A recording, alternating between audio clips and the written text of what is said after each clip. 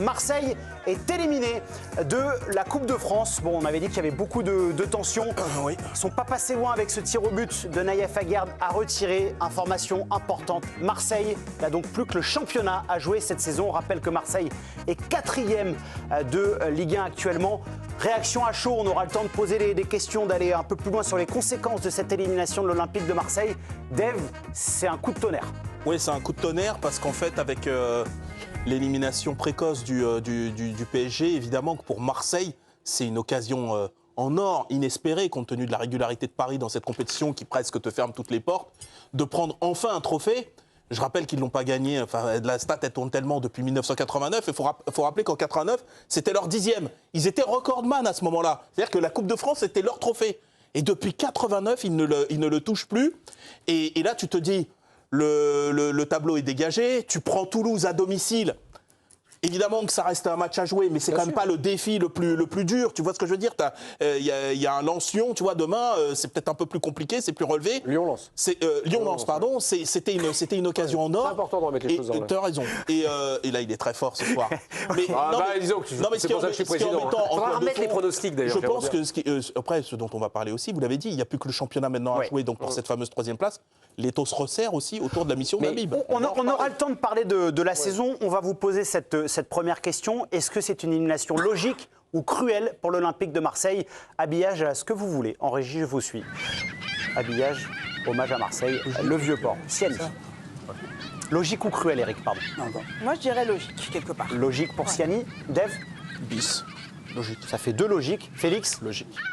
3 logiques. Eric ? Oh, moi, je dirais cruel. Cruel. Bon, Ouais, à minima. après, c'est un gros mot. Bon, allez, on va partir en duel. Président, vous pouvez appeler le jingle. Jingle, duel. Les deux. Toujours un peu embarrassé sur les imitations d'Hervé. Mais c'est pas une imitation. C'est créé, c'est la création. Je ne savais pas que vous étiez Là, ça, c'est anglais. bio, là. Pardon. Là, c'est lui. Eric, est-ce que vous avez une préférence ? Ouais, je veux entendre la défense. Mais laquelle ? Non, Siani. Siani, voilà. Siani. Eh ben, c'est parfait. Ça sera donc Siani un duel méchante, hein. entre Méchante Siani. Siani face à Eric. Eric pense que cette élimination de l'Olympique de Marseille est cruelle. Siani, au contraire, pense que c'est logique. Logique, Siani, 30 secondes, à vous. Elle est logique parce que même si l'OM avait battu Lyon dimanche dernier, finalement, ils sont pas guéris. Ils sont loin d'être guéris. Et en fait, on l'a vu pendant ce match-là parce qu'ils ont mené et à chaque fois, ils ont été repris par Toulouse. Donc, en fait, ils sont retombés dans leur travers. Et visiblement, la méthode David Bey ne suffit pas pour relancer cette équipe qui est vraiment beaucoup trop inconstante, qui est beaucoup trop irrégulière pour espérer sauver cette saison. Et donc, c'est pour ça que je trouve que c'est pas illogique qu'ils soient sortis de la Coupe de France. La réponse d'Eric ? Non, ce que j'ai entendu est vrai, mais bon, ça peut être dans le même sens pour Toulouse. J'ai trouvé quand même que Toulouse est une équipe, je dirais, relativement faible, qui a fait peu. Ça a suffi pour aller au tir au but. La faillite de la défense marseillaise, son coup de pied arrêté. Ils ont quand même mené 2 fois 2-1, toujours rattrapé. Ils ont quand même fait, à mon avis, dans les stats, c'est eux qui ont le plus d'occasions de but, même si faut faire très attention à ça. Et c'est cruel parce que tu es à la maison, parce que tu reviens d'un penalty raté et à la fin, tu te fais crucifier. Donc c'est quand même cruel. Tu es à la maison. 2 secondes pour vous, Siani ? Non, c'est bon. Personnel, merci. Avec Ce que j'avais à dire. un léger dédain. Oui. Un léger mépris. C'est pas pour Eric Blanc, ça doit être pour ma personne, c'est une La certitude. logique, sur le match que j'ai vu, c'est que Toulouse gagne. c'est C'était pas pour toi, les 2 secondes. Non, mais C'était pas pour toi. j'entends, c'est hyper logique qu'ils aient gagné. Bon, Dans allez. un match qui était pas terrible. Attendez, combien ? Il a 30 secondes. Non, mais j'ai toujours un peu de mal à mettre des cartons à Eric Blanc. C'est quand Vas-y, même. mais Non, si, non, vous pouvez y c'est un aller. monument de l'équipe du soir. C'est pour moi. Ah, vous, c'est terrible.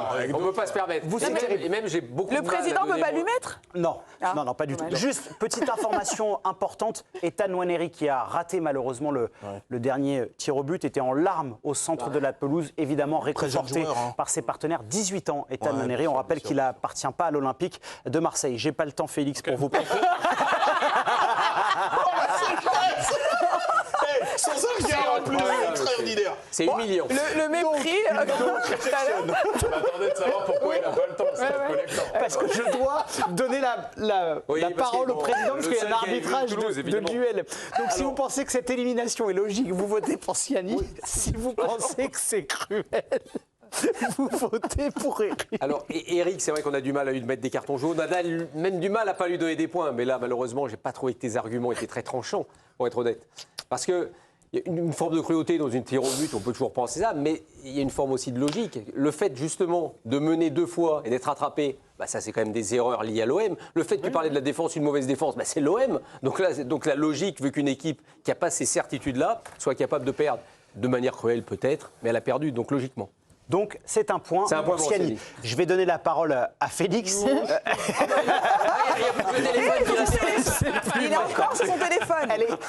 Pour vous l'avez dit, elle est logique. Pour quelle raison ? Je rebondis sur parce que les écarts temporels à Marseille sont vertigineux. Je rebondis sur ce que vous venez de dire, c'est-à-dire les larmes de Nwaneri, qui comprend pour son âge. Rappelez-vous, Nwaneri arrive donc au mercato d'hiver, prêté sans option d'achat, pour renforcer l'OM qui s'apprête à se qualifier, selon toute logique, pour la suite de la Ligue des Champions. Et il ouvre des débats, Nwaneri, en arrivant et en marquant d'entrée ce but fantastique face à Lens. Le débat de faut-il repositionner ou pas Mason Greenwood, où est-ce que l'OM peut s'arrêter avec cette attaque de dingue entre Peixao, 35 millions d'euros, Mason Greenwood, qui est le 2e meilleur joueur de Ligue 1, et donc Ethan Nwaneri, prodige stratosphérique. Essayez de quantifier ce qui s'est passé entre-temps. Oui. Entre ce but de Nwaneri, qui est arrivé 48 heures plus tôt à Marseille, en même temps que Timber contre Lens, et les deux titulaires d'entrée par Roberto De Zerbi, le regretté, et ce pénalty raté et les larmes de Nwaneri au moment où l'Olympique de Marseille voit s'échapper peut-être la seule façon de sortir par le haut de cette saison. Il s'est passé tellement de choses que ça nous a paru à tous, et beaucoup plus pour les supporters de l'Olympique de Marseille, des années. L'OM, encore une fois, s'est pris les pieds dans... Certains diront ses ambitions et d'autres diront peut-être un égo mal placé. On aura un thème dans quelques instants. Est-ce que c'est déjà une saison ratée pour l'Olympique de Marseille ? On ira un peu plus en profondeur sur les conséquences de cette élimination. J'aimerais qu'on reste un peu sur le match, puisque Dave, il y avait eu cette victoire quand même dimanche soir au Vélodrome face à Lyon. Ils sont menés 2 fois. Ils s'imposent 3-2. Là, ce soir, en fait, à chaque fois ils ont mené, ils se sont fait rejoindre. Qu'est-ce que ça dit du mental de cette équipe ? Je pense que contre Lyon, il y avait le côté... déjà, ils sortaient de leur fameuse semaine à Marbella. Dave, je suis désolé, je vous coupe. Je l'avais anticipé, j'avais commencé à m'arrêter. Parce qu'on a les images. On se comprend. Alors déjà, on est content de donner la parole à Virginie Saint-Silly, ça c'est comme ça toujours. Et en plus, si on peut voir du foot en clair, c'est génial. Marseille est éliminé et Toulouse est qualifié. Alors, juste 4e séance de pénalty ratée par l'Olympique de Marseille en Coupe de France. Il y avait eu Annecy, Rennes, Lille et Toulouse. 4 de suite pour l'Olympique de Marseille. On va revenir sur le mental, Dave, puisque devait y avoir peut-être un élément déclencheur après cette victoire face à Lyon. Qu'est-ce qui s'est passé ce soir psychologiquement selon vous ? Non, je pense qu'ils ont abordé le match dans une autre position. Évidemment, ce n'était pas la même. C'est-à-dire que quand tu recevais Lyon, c'était un peu un match à qui tout double. C'est-à-dire si tu perds, c'est quasiment fini cette course au podium. Ils sortaient de cette fameuse semaine à Marbella. Ils s'étaient remontés comme des coucous, où Habib Beye, visiblement, selon ses dires, a poussé vraiment la machine très très fort, a surparlé d'intensité, etc. Je pense qu'ils étaient remontés comme des coucous, qu'au niveau football, tout n'a pas été. D'ailleurs, on l'a vu dans le match, que c'était pas extraordinaire. Par contre, en termes d'envie, de courage, de résilience, ils y étaient. Et ils ont fêté ce match comme presque de façon, j'allais dire, un peu disproportionnée. Moi, j'étais très étonné quand on avait quitté le plateau de l'Équipe du Soir de voir un peu les images. J'ai l'impression qu'ils avaient gagné quelque chose. Je me suis dit, attention au match d'après, parce que forcément, il peut y avoir une petite rechute, etc. Dave, justement, Habib Beye, en conférence de presse hier, a dit peut-être qu'on a énormément célébré au stade Vélodrome, mais derrière dans le vestiaire, nous, on est redescendu tout de suite pour se mettre du calme et se concentrer pour Toulouse. Donc ça, c'est très bien, mais c'est vrai ça avait été une des questions en conférence de presse. Exactement, donc il n'y a pas que moi que ça avait interpellé. Ah non, c'est sûr. Mais là, la position n'est pas la même, parce que là, ils sont dans une position de favori. Et ils se retrouvent finalement dans la même position où ils ont lâché tous les points. Ici, le PFC, la Nantes, Angers. Angers, évidemment. Toulouse. Toulouse, il y avait eu 2-2 en championnat. Voilà, Toulouse, oui, par Hidalgo. Rappelé par Hidalgo, etc. Et là, tu as l'impression que, en fait, de nouveau, ils sont dans cette posture où c'est à eux de prouver. C'est à eux de mettre cette intensité, de la générer, non pas parce qu'en face, tu as un gros adversaire, enfin quelqu'un qui te motive, qui lui-même va mettre quelque chose. C'est que là, en fait, tu dois tout produire, tout créer. Et Siani a raison. En fait, c'est un leurre de penser qu'en une semaine, à peine, Habib Beye a tout réglé. C'est impossible. Non, mais allez-y, Eric. Allez-y. J'entends. et tout ce qu'il dit est vrai. Simplement, moi, j'annule parce qu'il est en train de parler Donc c'est de pas vrai, quoi. non, mais il parle de l'arrivée d'Abid Bey la veille de Brest, et puis on analyse donc le 2-0, on analyse la victoire. Là, c'est la Coupe de France. Il y avait une pression énorme. Les types, ils avaient autant la pression que d'essayer de battre Lyon ou de faire match nul. Il faut arrêter. Oui, mais la position n'est pas la même. Le premier but, moi, ce que je vois, c'est que le milieu de terrain, alors je vais écorcher son nom, Vermaelen, et puis Arthur Vermeuren. Kondogbia, Geoffrey première Kondogbia. mi-temps catastrophique, il perd Timber et perd Odegaard.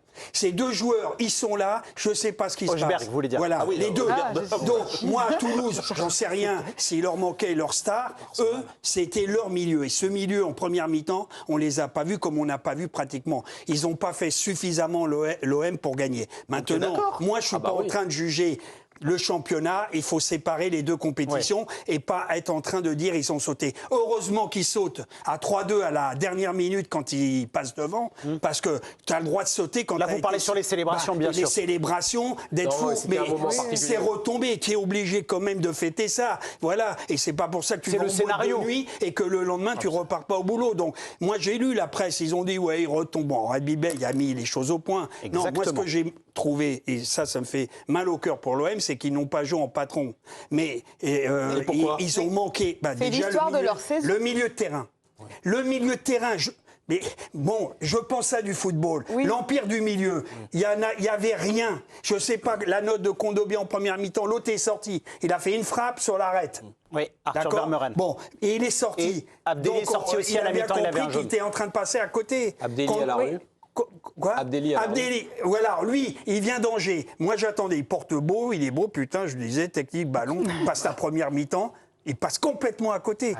Donc, moi, je ne veux pas les défendre, les Marseillais. Je te dis simplement qu'à partir de ce moment-là, ils sentent bien qu'il se passe un truc et ils sont poussifs et ils peuvent se faire... Siani, allez-y. Si, puisqu'ils ont mené 2 fois oui, 2-1, donc mais voilà, en mais défense, malgré c'est tout- le musée Grévin et sur les corners, c'est une catastrophe. Ils rentrent comme dans du beurre. Ils ont marqué Et donc, chaque c'est fois. pas qu'un problème de milieu, c'est un problème de. Mais c'est oui, mais en fait, ce que ne tu faites pas décris le procès là. d'Abid Bey tout de suite. Et non, mais personne non, l'a fait. absolument pas, c'est pas si. ça, mais c'est Vous me l'avez déjà descendu. Mais non, c'est qu'on te dit que parallèle. Mais non, et On y Eric dit était ce qu'il pas. pense. Siani, Non, mais allez-y. c'est juste Vous l'avez. qu'on est complètement d'accord avec toi. C'est ce qu'on te dit, c'est qu'Abid Bey, de toute façon, en 10 jours, il ne peut Mais pas moi, je régler demande les rien mots à Abid Bey. de J'ai dit qu'il l'Olympique, fallait de qu'il aille l'OM. prier tous les Non, mais tu jours. dis qu'on fait son procès, Voilà. on explique juste que de toute façon, c'est. Quelque part, c'est logique parce que ça, c'est ce qu'on a vu ce soir, c'est les mots de l'Olympique de Marseille les mots depuis le profonds. début de la saison. Ce sont des mots qui sont profonds. Quand tu n'es pas capable de tenir le score face à Toulouse, à chaque fois, tu perds comme ça en fin de match. Contre Lyon, t'es porté par autre On le chose. sait. C'est Alors, quelque chose Et donc, d'un en peu plus fait, que le match lui-même. Ben, il a besoin de plus de temps justement Mais pour pardon, régler pas ces de- mots-là. mais de toute Il va façon, peut-être y j'avoue, arriver. Mais en tout cas, ce soir, on a vu que c'était pas Mais réglé. Mais ce Ouais. résumé, en plus, entraîneur-résultat à chaque fois. Mais Alors, Mais un oui. jour, un bon match. un C'est jour, la un mauvais, responsabilité un des jour- joueurs. Oui, Il faut aussi. arrêter de dédouaner les mais- joueurs mais constamment. faut arrêter. C'est Balerdi insupportable. qui loupe son penalty, c'est son tir au but, c'est pas Abid Et Bey. puis, s'il avait loupé que son tir au but, Oui, en mais il a loupé son match. J'aimerais juste. Mais alors, là, le problème de Allez-y, Balerdi, Hervé. là, il y a un petit... Enfin, on va... On va faire un thème sur Balerdi. Je veux juste... vous me dites, c'est Non, vous je le veux juste qu'on se concentre sur quelque chose Oui. que j'ai écouté Donc, il a une minute Dave trente. de manière très attentionnée. Quand Marseille doit chasser, ça va, quand ils sont les chasseurs dans une rencontre, mais quand ils deviennent les chasser, ils ne supportaient Et- pas. et d'ailleurs, la Selon vous, victoire contre Félix, juste par rapport à ça, sur le côté psychologique, est-ce que ça veut dire que cet effectif a été construit en termes de qualité footballistique, mais que c'est des garçons finalement qui psychologiquement ne supportent pas l'Olympique de Marseille, le Vélodrome, la pression? Est-ce que c'est ce que raconte ce match? Non, mais personne. Il suffit d'écouter Samir Nasri, Adil Rami, Didier Drogba, quand ils parlent de leur expérience au stade Vélodrome. On n'apprend rien, on sait que c'est différent. Je souhaiterais juste 5 secondes rejoindre l'émission en parallèle d'Éric Blanc. parce que D'accord. non, mais blague à part, il parlait du milieu de terrain. Et je trouve que, paradoxalement, ça a été la clé sans l'être, dans le sens où Marseille était à 3 contre 2. Que Toulouse joue toujours comme ça. Et en Caceres, ça l'occurrence, fait un il y avait super match encore. Demba Diop et Caceres, c'est rideau. Parce que Bo et Donum sont plus hauts, et Metali est sur le côté, et Sidibé aussi. En l'occurrence, Marseille était à 3. Certes, avec ses titulaires, avec Kondogbia, Vermeuren qui est venu renforcer, et le troisième que j'oublie, Abdelli. et Abdelli, qui était certes sorti pas à les la mi-temps. titulaires. Il est sur le terrain, mais on l'a pas vu. Mais je pense... trois fantômes. Je sais pas, Si, on l'a mal vu. même. Non, attends, donc Ils sont là, ils sont donc rentrés t'es à 11, je te vraiment- rassure. le truc, c'est que le secret de Toulouse, c'est que Donum vient souvent compenser avec Bo quand il peut aussi. C'est d'ailleurs là où il a vachement progressé ces derniers temps. Mais je trouve effectivement qu'à 3 contre 2, Marseille a vraiment failli. En revanche, je pense, je peux me tromper parce que je n'ai pas la prétention d'avoir le 32e de son niveau tactique, mais je pense que Bale s'est trompé en voulant muscler justement son milieu pour aller chercher la force de Toulouse, pour essayer justement de détruire le jeu de Toulouse alors que tu es à domicile et que tu dois imposer le tien. Parce qu'en l'occurrence, c'est sur les côtés que ça s'est joué. Et sur les côtés, Marseille a été en extrême difficulté, ce qui est loin d'être souvent le cas de l'OM. Et en l'occurrence, là, ce soir, ça posait vraiment question. Parce que normalement, c'est le point fort. C'est une interrogation qu'on peut avoir évidemment sur la mise en place tactique de l'équipe, mais collectivement. Maintenant, de manière générale, c'est trop faible. Mais bien sûr. Le danger est venu de quoi? Des qualités individuelles des joueurs. Greenwood, Pacquiao, le but Pacquiao, il met un but incroyable. Et il aura fait mal par ses courses. Mais ça n'a pas été du travail Il est collectif. trop sur le côté. Hein Il est trop sur le côté, Pacquiao. Mais c'est ses qualités. Je ne parle pas de son niveau. Là. Bah non, mais pas je parlais pas du coller à la niveau. ligne comme ça. Non, mais je ne parle pas du niveau de Pacquiao. Là, on n'est pas en train de faire un débat sur Pacquiao. C'est-à-dire que le danger marseillais, c'était Pacquiao par ses courses, sa puissance, etc. Et Greenwood par ses éliminations. Il a mis à mal à gauche. Il était vraiment en grosse difficulté. Mais il n'y avait rien. Métali, il était. C'est un formidable contre-attaquant. Son axe de progression, c'est la défense. Voilà, bah oui, mais comme il est un peu défenseur, c'est important quand même. pour lui. Je sais, mais c'est un jeune joueur, il peut progresser. Ah mais on n'a pas dit que c'est un mauvais Toulouse joueur. met 2 coups de pied arrêtés, quoi. Enfin, Après, Toulouse, Et Marseille ils jouent touche sur leur le poil force. poteau. Ils jouent sur leur force. Ouais. Les coups de pied arrêtés, ils sont là, ils sont présents là où on les attendait. J'ai trouvé un Toulouse, honnêtement, assez faible. Les ressorties de balles, très difficiles. Horrible. Une défense. Ils ne sont pas dans la meilleure partie de leur saison. Les 20 premières minutes, la défense catastrophique, mais catastrophique. Aussi bien sur les placements, on le voit d'ailleurs sur les buts, aussi bien sur les placements que sur les sorties de balles. Et ce Toulouse-là, tu n'arrives pas à le battre à Voilà, c'est ça domicile, le problème. Marseille. C'est-à-dire comment, toi, Marseille, tu n'es pas capable. Alors, on nous a parlé d'intensité, le pressing, je ne les ai pas du tout vus. Mais en dehors de ça, sur le plan collectif, être capable d'utiliser quand même, à un moment, collectivement, tes armes pour pouvoir déstabiliser un bloc. Jamais. Et encore un bloc qui était un mi-bloc. Hein. Mais Hervé, le truc, c'est que avec l'OM, le problème qu'on déplore depuis le début de Deserbi, c'est-à-dire pas d'hier, c'est qu'à un moment, les lignes se distendent. Parce que tu joues un espèce de pressing tout-terrain. Donc les lignes se distendent et donc tu joues sur des 1 contre 1. Et en l'occurrence, tu t'es rendu compte, et là je te rejoins, mais totalement, que individuellement, en 1 contre 1 contre Gbo, c'est compliqué. En 1 contre Donum, c'est compliqué. Et même en 1 contre 1 contre Emerson, c'est compliqué. Et c'est là où tu te dis, normalement, l'Olympique de Marseille est censé avoir des mecs qui, même avec des lignes distendues, quand les écarts se creusent et qu'il y a de l'espace, en 1 contre 1, normalement, t'es pas en train de trembler contre Donum et Gbo, qui sont 2 super joueurs de Ligue 1. Mais normalement, t'as une assise aujourd'hui pour le football moderne, c'est aussi ça, c'est beaucoup de 1 contre 1, parce que beaucoup de pressing. Vont chercher. Mais Giovanni, vous avez mis le doigt quand même sur un truc qu'on a un peu évacué en basculant sur... on va pouvoir discuter tactique et tout autant que vous voulez. Moi, je pense que quand vous parlez de l'échec sur le caractère des gars... Je ne sais pas, c'est ce que je ressens en fait cette saison. Et qu'on a pu, on va dire, vérifier, contre-expertiser à peu près toute la saison dans les moments chauds, à commencer par la Ligue des Champions, le naufrage à Bruges, etc. Et il y en a eu d'autres. Et Dieu sait que je ne suis pas le plus grand fan de Roberto De Zerbi, Non. mais je trouve qu'il y a un moment, les joueurs ont une part immense de responsabilité. Et ça renvoie à quoi ? Souvenez-vous quand la direction avec Mehdi Benassia est arrivée à Marseille, très tôt, ce qu'ils ont identifié, c'est le manque de caractère de l'effectif précédent. Je dis effectif précédent parce qu'il y a tellement de changements que voilà. Ça, c'est le truc qui avait été identifié et certainement à raison. Donc je pense que Klaus, il avait un peu morflé pour tout le monde, mais voilà, ils avaient fait un exemple. Le truc, c'est qu'en fait, le recrutement qui devait pallier à ça, sur ce plan-là, c'est un échec. Totalement. C'est un échec. C'est-à-dire que dans plein de matchs chauds, les leaders, tu les as cherchés. Greenwood n'est pas ce leader-là. Ouais. Højbjerg vit une saison compliquée, je trouve, depuis le départ de Rabiot. Je ne sais pas s'il y a un lien de cause à effet, mais lui, c'est un peu la saison compliquée. Et je trouve qu'il n'y a personne qui émerge. Vous avez utilisé le mot échec, le mot saison. On va en parler dans quelques instants. On va Oui, il y a plein de trucs. Il y a tellement de choses à dire. Mais bien sûr. Il faudrait qu'on repasse aussi les pronostics à la fin. Vous avez eu un bon prono. Merci. Geoffrey Kondogbia-Virginie s'est exprimé après l'élimination de l'Olympique de Marseille. Il a utilisé d'autres termes, d'autres mots, mais c'est tout aussi grave. C'est la désillusion et la tristesse. On voulait aller au bout. Il reste le championnat, il ne nous reste que ça. Il faut regarder devant. Il faut regarder devant. On va parler dans quelques instants des conséquences pour la saison de l'Olympique de Marseille. Il y a eu un duel au sommet entre Siani et Eric. Qui l'a emporté? C'est moi. C'est la grande. Vous êtes sûr? Vous êtes sûr la confiance de Siani sur ce plateau. 4 contre 1, oui. J'étais toute seule. Hein. Mais Eric, t'as quand même failli faire 20. Bravo. Il y a des anti-marseillais.